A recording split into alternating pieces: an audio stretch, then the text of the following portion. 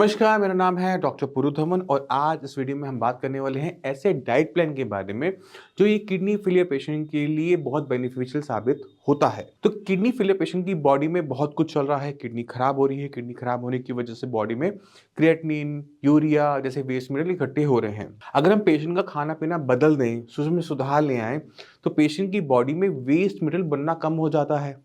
और जब waste material कम बन रहा है तो वो ब्लड में कम इकट्ठा हो रहा है, रिपोर्टें बदलती जा रही हैं, किडनी को भी आराम मिल रहा है, किडनी की फंक्शनिंग सुधरती जा रही है। तो ऐसा किडनी फेलियर पेशेंट क्या खाए, कैसे खाए कि उसकी कंडीशन में सुधार हो, इसको हम अब डिस्कस करने वाले हैं इस वीडियो में। अब इस वीडियो को शुरू करने से पहले मैं चाहता हूं कि आपकी जहां पर भी केएफटी की रिपोर्ट पड़ी हो, इस वीडियो को यहीं पे पॉज करो, अपनी केएफटी की रिपोर्ट छट से लेकर आओ। उम्मीद करता हूं सब अपनी रिपोर्ट्स को ले आए होंगे। अब शुरुआत करते हैं एक एक पॉइंट से। तो सबसे ऊपर सबसे पहले जो सबसे बड़ी चीज़ लिखी होती है और जिससे सबसे ज़्यादा आपको डर लगता है वो है क्रिएटिनिन। ठीक है, तो क्रिएटिनिन पे टिक किया, इसको हम डिस्कस करने वाले हैं। क्रिएटिनिन जो है वो प्रोटीन्स जब हम खाते हैं तो वो प्रोटीन जब हमारी मसल्स में जाता है तो वो कन्वर्ट हो जाता है क्रिएटिनिन में, उससे बनने वाला बेस मटेरियल है।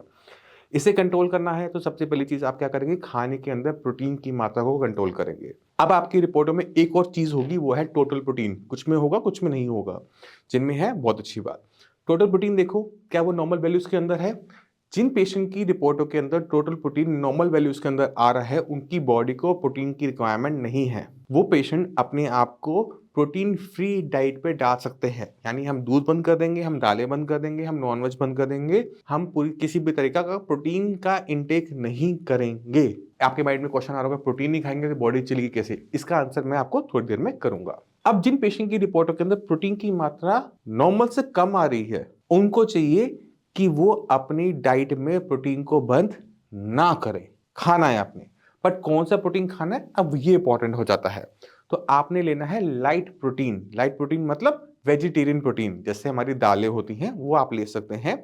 मगर हम egg, non veg, chicken, mutton ये पूरी तरह से बंद करेंगे ही करेंगे।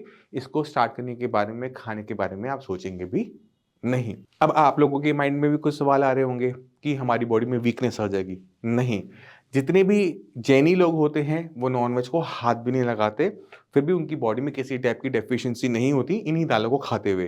तो अगर आप इन्हीं दालों को खाते रहोगे, आपकी बॉडी में भी किसी टाइप की डेफिशिएंसी नहीं आएगी और ये प्रूवन है, टेंशन मत लेना। ठीक है, अब चलते हैं जो हमने पहले कहा था कि क्रिएटिनिन अगर कंट्रोल करने के लिए हम प्रोटीन का इंटेक पूरा बंद कर देते हैं तो हमारी बॉडी में दिक्कत होगी या नहीं होगी। अगर देखा जाए तो मैक्सिमम पेशेंट में दिक्कत नहीं होती। उसके पीछे कारण ये है कि खाने के अंदर हम कार्बोहाइड्रेट्स अच्छी मात्रा में ले रहे होते हैं। रोटी भी खा रहे हैं हम, चावल भी खा रहे हैं, depending upon your diabetes level. हम खा रहे हैं, जब हम खाना अच्छी मात्रा में खा रहे होते हैं, कार्बोहाइड्रेट्स ही ले रहे हो, तो बॉडी उसको अपने आप प्रोटीन में कन्वर्ट कर लेती है एज पर बॉडी की रिक्वायरमेंट। यानी अगर मुझे 10 यूनिट प्रोटीन की जरूरत है तो 10 बॉडी बना लेगी। ठीक है, मगर वो एक्स्ट्रा क्रिएट नहीं करेगी। वो ऐसा नहीं करेगी 20 बनाएगी उसमें से 10 यूज करेगी, नहीं। मगर जब हम प्रोटीन खाते हैं तो जबरदस्ती हम प्रोटीन हमारी बॉडी में जाता है। तो जो पेशेंट प्रोटीन फ्री डाइट पे जाते हैं, क्योंकि वो एडल्ट हो चुके होते हैं, तो उनकी बॉडी में कोई दिक्कत नहीं आती। मगर वहीं पर अगर कोई बच्चा है, छोटा बच्चा है, तो उसकी डाइट को प्रोटीन फ्री नहीं करना है। ये सिर्फ उनके लिए है जो फुली एडल्ट है, 18 साल के ऊपर हैं। 18 साल से नीचे जितने भी लोग हैं, जितने भी बच्चे हैं, जितने भी पेशेंट हैं, उनको प्रोटीन फ्री डाइट पे बिल्कुल नहीं जाना होता, क्योंकि उनकी ग्रोथ चल रही होती है, बॉडी ग्रो कर रही है, टिश्यू बन रहा है, सब कुछ बन रहा है। तो अगर उसे प्रोटीन नहीं मिलेगा तो हमारी जो ग्रोथ है वो रिटार्ड कर जाती है। तो इसी वजह से 18 से नीचे वाले लोगों को या 16 से नीचे वाले लोगों को प्रोटीन खाना ही खाना है, बट दालों से खाना है। और उससे ऊपर के पेशेंट्स को हम रिपोर्ट्स के हिसाब से देखकर ओके खाना है नहीं खाना है तो हम वो मैनेज कर सकते हैं। तो अपने पेपर पे आपने लिख लिया कि आपने दालें खानी है या नहीं खानी है, नॉनवेज आपका पूरी तरह से बंद है, इसे पेपर पे आप लिख लो। अब चलते हैं यूरिया के ऊपर। अब यूरिया क्या चीज है, कहाँ बनती है और इसे कैसे हम कंट्रोल करेंगे वो भी हम समझ लेते हैं। यूरिया आपका लीवर बनाता है। जब हम खाना खाते हैं तो खाने का ब्रेक डाउन उसे पचाता कौन है? हमारा जिगर, लीवर। जब कोई हमने खाना भारी खाया, मान लो हमने खाया खूब सारा घी, या फिर हमने खाई पूड़ियाँ, या फिर हमने खाया भटूरा, उसमें लीवर को ज्यादा काम करना पड़ेगा, या फिर हमने जब खाई रोटी चावल उसमें लीवर को ज्यादा काम करना पड़ेगा? सोच कर देखो। भटूरा, पूड़ियाँ ज़्यादा खाते हैं तो हमारा लीवर ज़्यादा काम करता है और जब वो ज़्यादा काम करता है तो ज़्यादा यूरिया बनाता है। तो ऐसी कोई भी चीज़ जो पचाने में मुश्किल हो, हमने बॉडी में नहीं डालनी। तो सबसे पहली चीज़ आप निकालेंगे वो है फ्राइड फूड, क्योंकि पचाने में मुश्किल है। दूसरी चीज़ जो आप निकालेंगे वो है आपका protein, heavy protein, non veg, chicken, mutton, जो हम क्रिएटिनिन के लिए भी ऑलरेडी निकाल चुके हैं। तो उसको अब यहाँ पे हम डिस्कस दोबारा से नहीं करेंगे। जो भी चीज़ पचाने में मुश्किल है, लीवर के लिए काम लेकर आती है, वो खाने पर यूरिया बढ़ेगा। याद रहेगा? अब खाने के अंदर हो गई हमारी रोटी हो गई, स्टफ़ सूखा पराठा हो गया, पराठा इसे कहना नहीं चाहिए, स्टफ़ रोटी कहना चाहिए, वो स्टफ़ रोटी आपने खाई। तो इसमें आपका यूरिया बहुत मिनिमल बनता है। आपकी बॉडी बहुत अच्छी तरीके से सर्वाइव करती है। जो पेशेंट डायबिटिक हैं वो चावल ना खाएँ, जो पेशेंट डायबिटिक नहीं है, वो चावल का भी सेवन कर सकते हैं, बट साथ में एक आधी रोटी लेना समझदारी होता है। अगर खाने में इतना भी बदलाव कर लेते हो तो यूरिया एक्स्ट्रा बनना बंद हो जाता है। बॉडी को यूरिया की वजह से सिम्पटम्स नहीं देखने को मिलती, बॉडी बहुत अच्छी तरीके से सर्वाइव करती है। अब चलते हैं तीसरी इंपॉर्टेंट चीज़ के ऊपर जिसके बारे में आप सभी को बहुत कम पता होगा, वो है आपकी रिपोर्टों में पोटेशियम। नॉर्मल जब है तो मसल्स में पावर दे रहा है, ताकत दे रहा है, बट अगर पोटेशियम की मात्रा ज़रूरत से ज़्यादा बढ़ जाए तो वो आपकी मांसपेशियों में थकावट दे देता है। अब आपका जो दिल है वो भी मांसपेशियों का बना हुआ है, मसल्स का बना हुआ है। तो अगर पोटेशियम के लेवल्स बढ़ेंगे तो उसका सबसे बुरा इम्पैक्ट दिल पे पड़ता है और उसके फेल होने के, उसके कार्डियक अरेस्ट होने के चांसेस बहुत ज़्यादा बढ़ जाते हैं।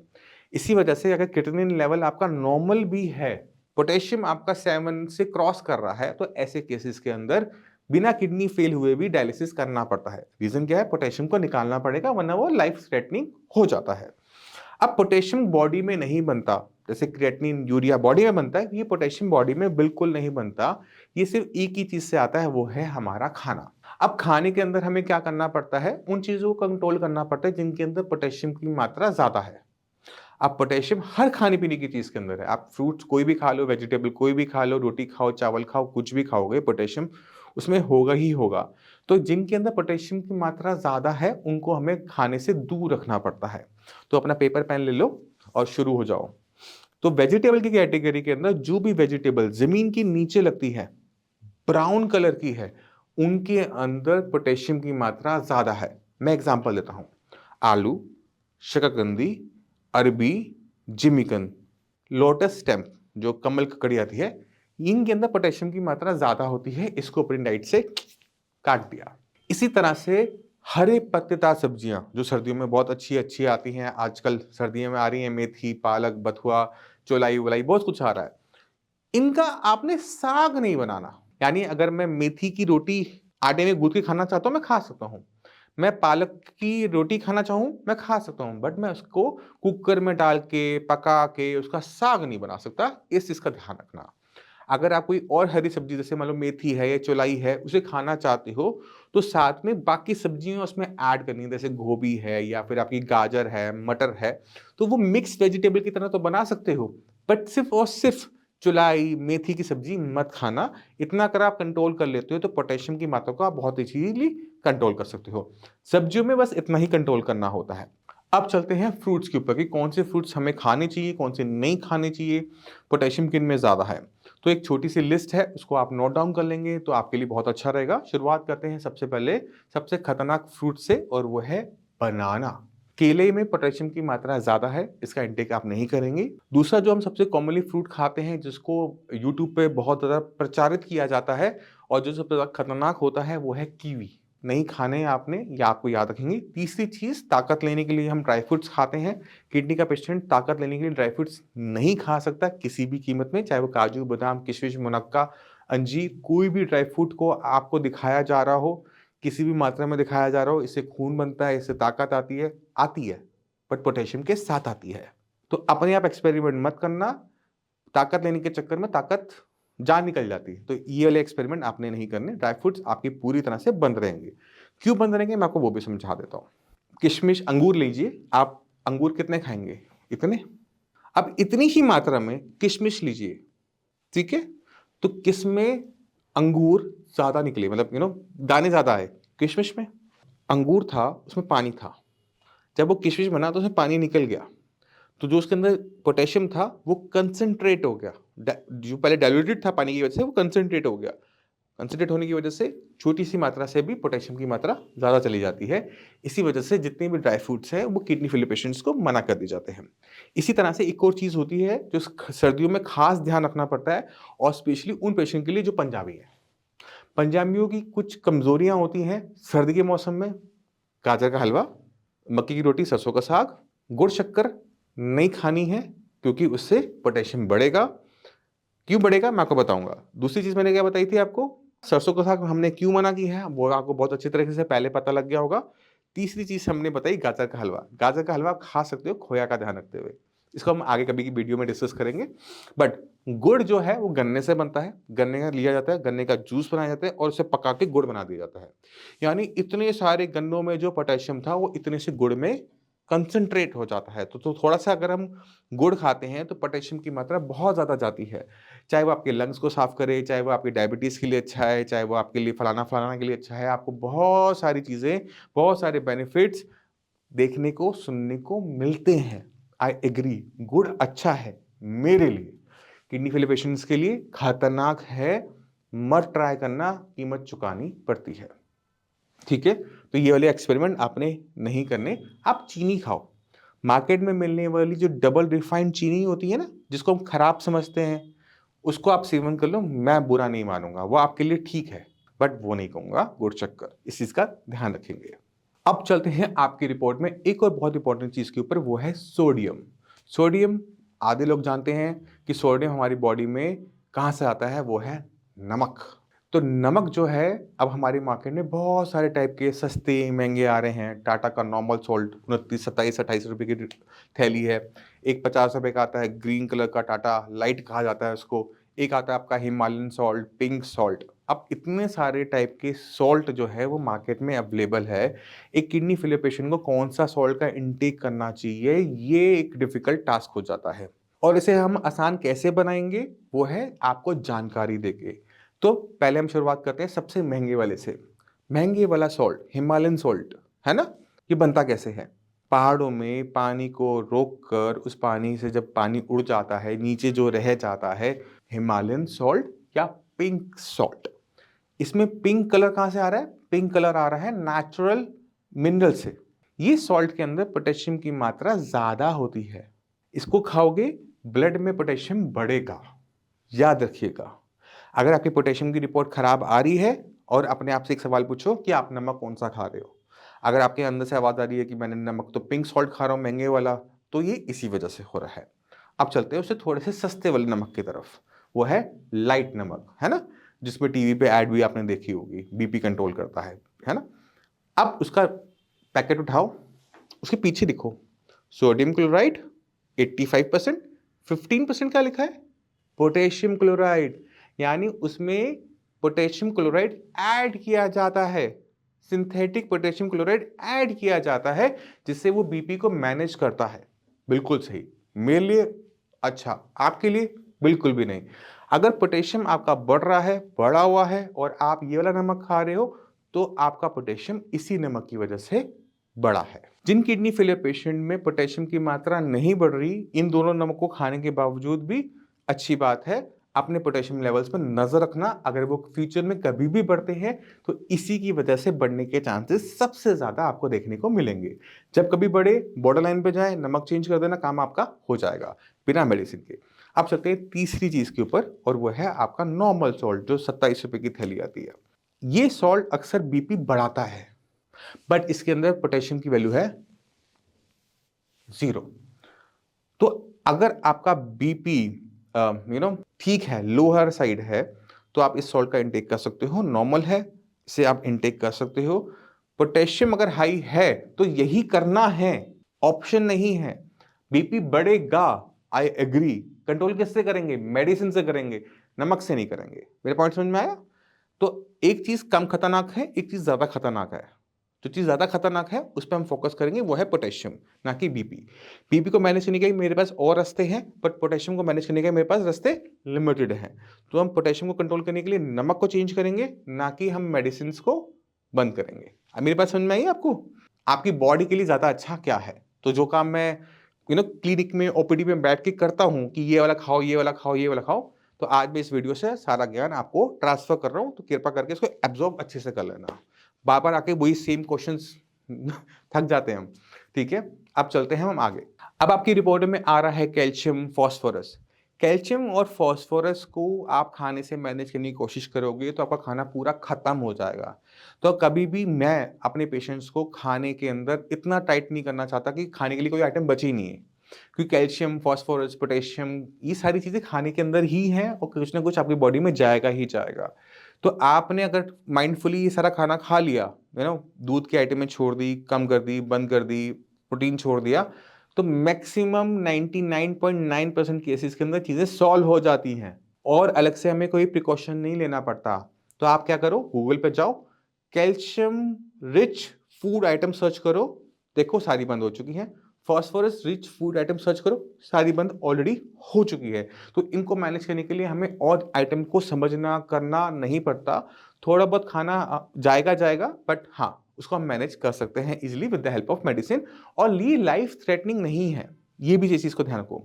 फॉस्फोरस अगर आपके ब्लड में बढ़ रहा है तो फॉस्फोरस आपको बॉडी पेन देगा, आपकी जो बोन्स है उन्हें वीक करेगा, बट जान नहीं लेगा आपकी। तो ठीक है, तो हम उसको कैल्शियम से और विटामिन डी से पूरा कर सकते हैं, इसलिए हमें टेंशन नहीं होती। फॉस्फोरस बाइंडर्स भी मार्केट में अवेलेबल है जो कि बहुत इजीली वर्क कर जाते हैं, इसलिए हमें इसको कंट्रोल करने की, बहुत ज़्यादा से मैनेज करने की with the help of diet ज़रूरत नहीं होती है। अब मैं उम्मीद करता हूँ कि आपकी KFT रिपोर्ट में जितनी भी लेवल्स थे, जितनी भी चीज़ें थी, उसमें से मैक्सिमम कवर हो चुकी हैं। इक्की दुक्की क्लोराइड और वो सारी चीज़ें रह गई हैं, बट आप जब सोडियम कंट्रोल करोगे तो क्लोराइड अपने आप कंट्रोल हो जाता है। उसे अंडरस्टैंड करने की कोशिश आप कर सकते हैं, बट मुझे इसे एक्सप्लेन करने की ज़रूरत नहीं है। अब चलते हैं हम, खाने के बारे में तो हो गया, बट एक चीज़ जो रिपोर्टों में नहीं है वो है आपकी बॉडी में पानी कितना होना चाहिए। पानी, हम खाना खाएंगे तो पानी तो पिएंगे पिएंगे, और बॉडी जो है वो उसमें 70% तो पानी ही है। तो अगर पानी हमारी बॉडी में ज़्यादा होगा तो स्वेलिंग आ सकती है लेग्स में, लंग्स में पानी भर सकता है, निमोनिया हो सकता है, लंग्स हमारे खराब हो सकते हैं। पानी कम पिएंगे तो हमारी बॉडी में किडनी के पास पानी नहीं होगा कि वो क्रिएटिनिन और यूरिया को यूरिन के रस से बाहर निकाल सके, यूरिन बनेगा ही नहीं, डिहाइड्रेशन हो जाएगी। तो पानी की सही मात्रा हमारी बॉडी में होनी ज़रूरी है। अब पानी की जो सही मात्रा है उसे हम कैसे डिफाइन करें?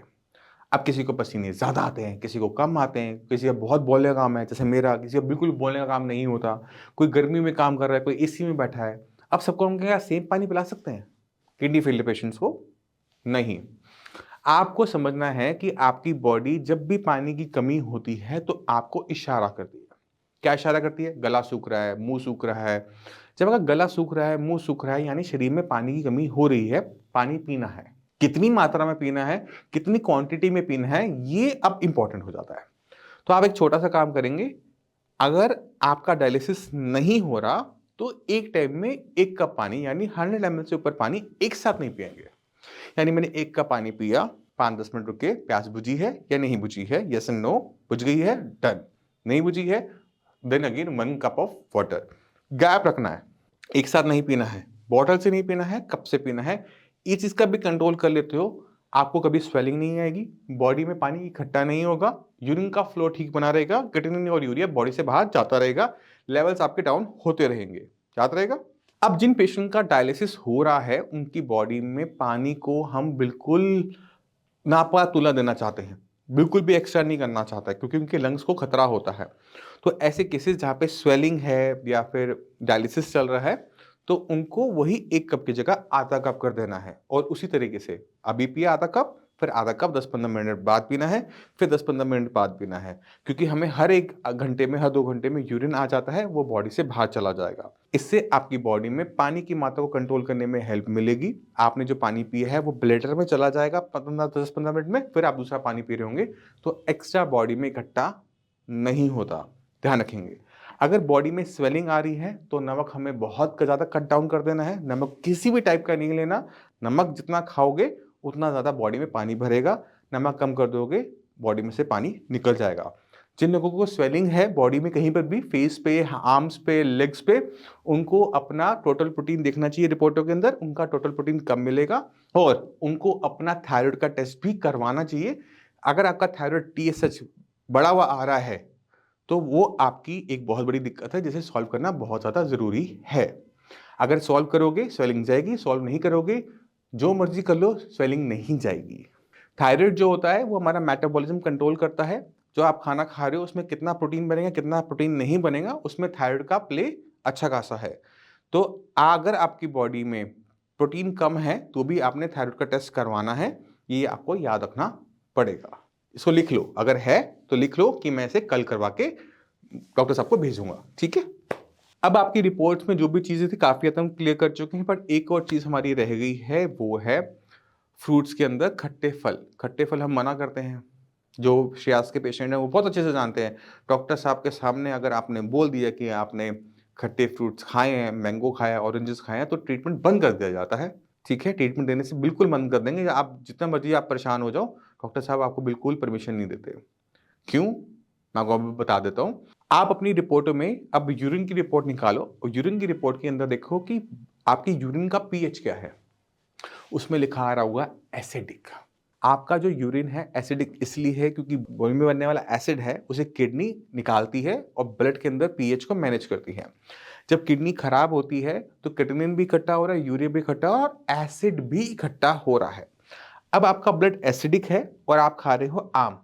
खुद सोचो, आम मीठा हो खट्टा हो जैसा मर्जी हो, आपकी ब्लड के अंदर एसिड बढ़ेगा या घटेगा? 5 मिनट में आपको देता हूं, 5 मिनट तो बहुत ज्यादा है, 5 सेकंड आप लो। बढ़ेगा। इसी तरह से आप अगर ऑरेंजेस, मौसमी, अंगूर खाओगे तो क्या होगा? टमाटर खाओगे तो क्या होगा? है ना, टमाटर में भी टार्टेरिक एसिड है।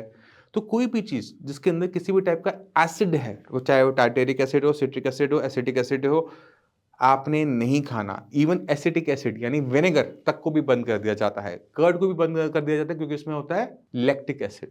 तो अगर हम अपने ब्लड के पीएच को कंट्रोल करना चाहते हैं तो आपको इन चीजों को बंद करना पड़ेगा और आपको अपनी बॉडी के अंदर कुछ ऐसी चीज डालनी पड़ेगी जो इस एसिड को शांत कर दे फटाफट। अगर भी हमारा हाथ जल जाए या कोई एक्सीडेंट हो जाए, जलने पे हम क्या करते हैं? दूध डालते हैं, है ना। दूध डाल दिया, पेस्ट लगा दी, कोलगेट लगा दी। इसी तरह से एसिड हमें जब अंदर से जला रहा है तो उसके अंदर हम कुछ ऐसा डालेंगे जो उसको न्यूट्रलाइज कर दे, और वो होता है सोडा। जैसे आपके पेट में बहुत जलन हो रही है, आग लग रही है, एसिडिटी लग रही है, तो क्या करते हो? सोडा पी लेते हो ना। सेम चीज, हम सोडा पाउडर, बेकिंग सोडा लेंगे। बेकिंग सोडा की टैबलेट मैक्सिमम पेशेंट ऑलरेडी ले रहे होते हैं, जो नोडोसिस, सबोसिस, सोडाफिक्स, मल्टीपल नेम से आती है, सोडा नेट के नाम से आती है। तो ये जो टैबलेट्स हैं इसको आपने कंज्यूम करते रहना है। और जब भी आप KFT करवाने चाहते हो, आपको सीरम बाइकार्बोनेट का टेस्ट करवाना ही करवाना है। महंगा है मुझे पता है, करवाना ही करवाना है। ये एक ऐसी गलती है जो मैक्सिमम पेशेंट कर जाते हैं और अक्सर इसकी कीमत बहुत बड़ी चुकानी पड़ती है। अगर क्रिएटिनिन के लेवल आपके तेजी से बढ़ रहे हैं, आप इसे टेस्ट करवाएंगे, यही कल्प्रिट आपको मिलेगा। तो जितने पेशेंट श्रेयास के होते हैं तो उनमें हम ध्यान रखते हैं कि गलती से भी ना बढ़े। अगर एसिड बढ़ रहा है, बाइकार्बोनेट कम हो रहा है, तो इसमें फटाफट हम एक्शन ले पाए, इसलिए इनका जो टेस्ट है वो मंथली बेसिस पे करवाए जाते हैं।